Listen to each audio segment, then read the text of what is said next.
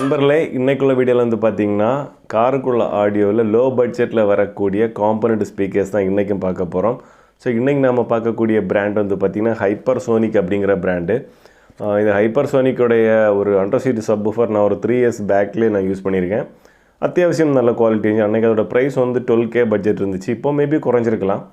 நான் ஒரு சின்ன ஒரு வீடியோவும் போட்டிருப்பேன், ஓகேங்களா. ஸோ அது நல்ல குவாலிட்டியாக தெரிஞ்சு அன்னைக்கு. அப்போலேருந்து எனக்கு ஹைப்பர்சோனிக் அப்படிங்கிற பிராண்டு மேலே ஒரு சின்ன ஒரு ஐடியா இருந்துகிட்டே இருந்துச்சு.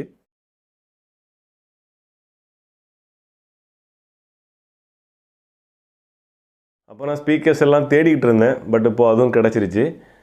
ஹைப்பர்சோனிக் அப்படிங்கிற பிராண்ட்லேருந்து வரக்கூடிய ஒரு அடிப்பொலியான ஒரு காம்பனண்ட் 2-வே காம்பனண்ட் ஸ்பீக்கர் தான் இது. அப்போது இன்றைக்குள்ள வீடியோவில் இந்த ஸ்பீக்கர்ஸை பற்றி பார்ப்போம். இந்த காம்பனண்ட் ஸ்பீக்கர்ஸுடைய ப்ரைஸ் என்னென்னு பார்த்தீங்கன்னா 4000 rupees வருது. நீங்கள் 3000 to 5000 ரேஞ்சில் நீங்கள் ஸ்பீக்கர்ஸ் தேடினீங்கன்னா இந்த ஸ்பீக்கர்ஸையும் ஒரு ஆப்ஷனாக வச்சுக்கலாம். இதோட குவாலிட்டி நாம் செக் பண்ணுவோம்.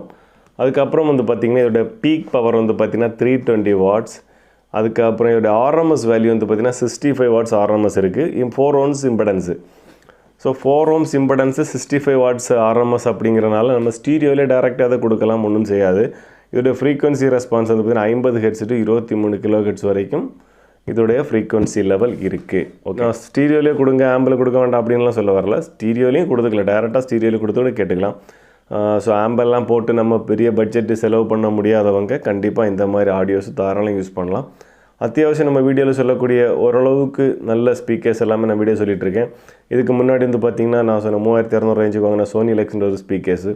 ஸோ அதுவும் நல்லா தான் இருக்குது. இது அதோட கொஞ்சம் பட்ஜெட் வித்தியாசமாக இருக்குது. ஒரு 4000 ரேஞ்சுனால் நீங்கள் இதுவும் ட்ரை பண்ணிக்கலாம். ஸோ இப்படி லோ பட்ஜெட்டில் வந்து பார்த்திங்கன்னா பல பிராண்டுகள் பல மாடல்கள் இருக்குது. பட் இந்த ஸ்பீக்கர்ஸ் எல்லாம் ஒரு காலமும் இந்த 1 லட்சம் 2 லட்சம் பிளான் வச்சுருப்பாங்க இல்லையா. ஸோ இவ்வளோக்கு ஆடியோ அப்கிரேட் அவங்க வந்து இந்த செக்மெண்ட்டுக்குள்ளே வர வேண்டாம். இது என்ட்ரி லெவலில் லோ பட்ஜெட்டில் இருக்கிறவங்க, நம்ம ஒரு சின்ன ஒரு ஆடியோ அப்கிரேட் நமக்கு வேணும் அப்படின்றவங்க இந்த மாதிரி ஸ்பீக்கர்ஸ் எல்லாம் ஒரு ஆப்ஷனலாக வச்சுக்கலாம். ஓப்பன் பண்ணிட்டா இதான் வந்து பார்த்திங்கன்னா லோவர் ரேஞ்சுடைய டிரைவர் இந்த காம்பனண்ட்டில், அதாவது ஊஃபர். அதோடைய கலர் பேட்டர்ன் பார்த்துருப்பீங்க, க்ரீன் பிளாக், ஓகேங்களா. நடுவில் வந்து ஒரு சில்வர்.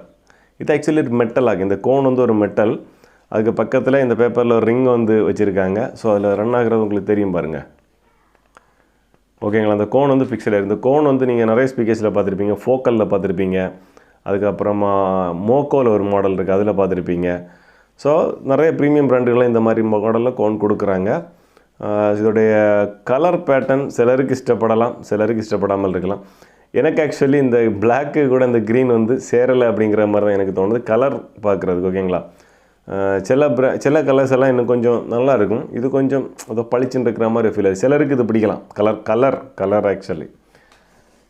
அப்போது இதுக்கு பேக் சைடு வந்து பார்த்திங்கன்னா மேக்னெட் எல்லாமே ரொம்ப சிம்பிளாக தான் கொடுத்துருக்காங்க. கவரிங் எதுவும் பண்ணலை, ஸ்டிக்கர் மட்டும் ஒட்டியிருக்காங்க. நம்ம ஃபஸ்ட்டு சொன்னாமல சில பேசிக்கான இன்ஃபர்மேஷன்ஸ் வந்து பேக்கில் கொடுத்துருக்காங்க. நம்ம இதுக்கு முன்னாடி எல்எம் டெக் அப்படின்னு பிராண்டு போட்டோம். அதில் வந்து பார்த்திங்கன்னா இதே மாதிரி கிராஸ் ஓவர் இருந்துச்சு. ஸோ அதில் என்னென்னா நம்ம அதோடைய ஹை ரேஞ்சுடைய ஃப்ரீக்வன்சி வந்து நம்ம கண்ட்ரோல் பண்ணுற மாதிரி கொடுத்துருந்தாங்க. இதில் அப்படி எதுவும் கொடுக்கல. கிட்டத்தட்ட ஒரு பெரிய சைஸில் தான் இதோடைய கிராஸ் ஓவர் யூனிட் வந்திருக்கு. அடுத்து நம்ம பார்க்குறது வந்து பார்த்திங்கன்னா டியூட்டர். இந்த டியூட்டருக்கு தான் வந்து பார்த்திங்கன்னா ஆடியோ உலகத்தில் ஒரு மிகப்பெரிய இடம் இருக்குது. காரணம் இதுதான் மொத்தத்திலே ஒரு ஸ்பீக்கர் செட்டப்லேருந்து வரக்கூடிய ஆடியோ குவாலிட்டியை தீர்மானிக்குதுன்னு கூட சொல்லலாம். ஸோ அந்த அளவுக்கு ஒரு ரெஸ்பான்சிபிள் இருக்குது இந்த மாதிரி டியூட்டர்ஸுக்கு. ஸோ இந்த டியூட்டரை பொறுத்தவரையில் கிரில் எல்லாமே நல்லா இருக்குது, ஓகேங்களா. ப்ரீமியமாக கொடுத்துருக்காங்க கிரிலுடைய ஃப்ரண்ட் பேஜ். ஸோ நம்ம மாட்டுறதுக்கு கட் பண்ணி மாட்டுறதுனா அதுக்கேற்ற மாதிரி பீஸ் கொடுத்துருக்காங்க. நம்ம ஸ்க்ரூ பண்ணி மாட்டுறதா இருந்தால் அதுக்கேற்றவாறும் இந்த ஸ்லீவ்கள் கொடுத்துருக்காங்க, ஓகேங்களா. அதுக்கு வெளியில் வந்து பார்த்திங்கன்னா ஹைப்பர்சோனிக் அப்படின்னு சொல்லிட்டு பஞ்ச் பண்ண கவர் எல்லாமே வரும். ஸோ இதுக்கு பேக்கில் வந்து பார்த்துட்டிங்கன்னா அதிலே ஒரு கெப்பாசிட்டர் எல்லாமே ஆட் பண்ணியிருக்காங்க. ஸோ அதோட குவாலிட்டி நல்லாயிருக்கும்னு நினைக்கிறேன், பார்ப்போம், செக் பண்ணுறப்ப தெரிஞ்சிடும், ஓகேங்களா.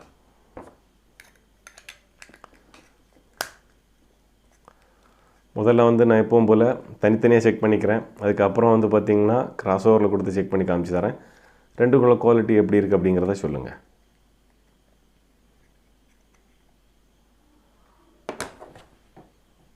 நான் இந்த டியூட்டரில் வந்து டேரெக்டாக ஸ்டீரியோவில் கனெக்ட் பண்ணியிருக்கேன், கிராஸ் ஓவரில் கொடுக்கல. இப்போ இதோட குவாலிட்டி எப்படி இருக்குன்னு பாருங்கள்.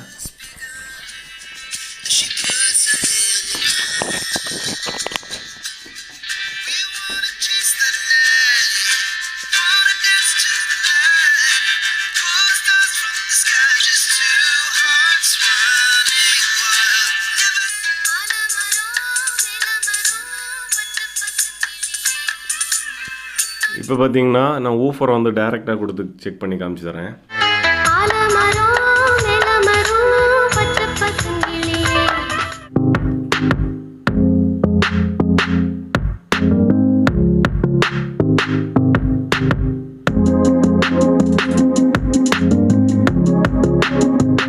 இப்போ பார்த்தீங்கன்னா நான் கிராஸ் ஓவரில் கனெக்ட் பண்ணிட்டேன், இந்த ஊஃபரையும் டியூட்டரையும் கனெக்ட் பண்ணிட்டேன்.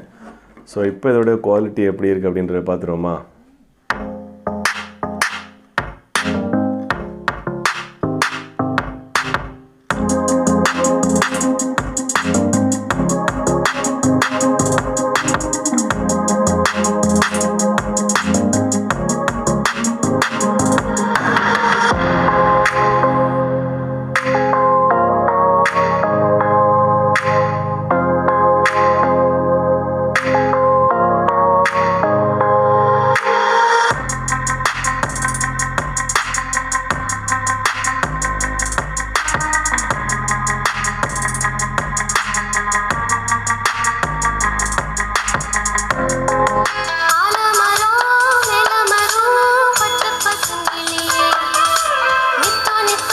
இதனுடைய ஆடியோ குவாலிட்டி நீங்கள் கேட்டிருப்பீங்க. நான் முடிஞ்ச வரைக்கும் இதை காமிச்சிருக்கேன், ஓகேங்களா?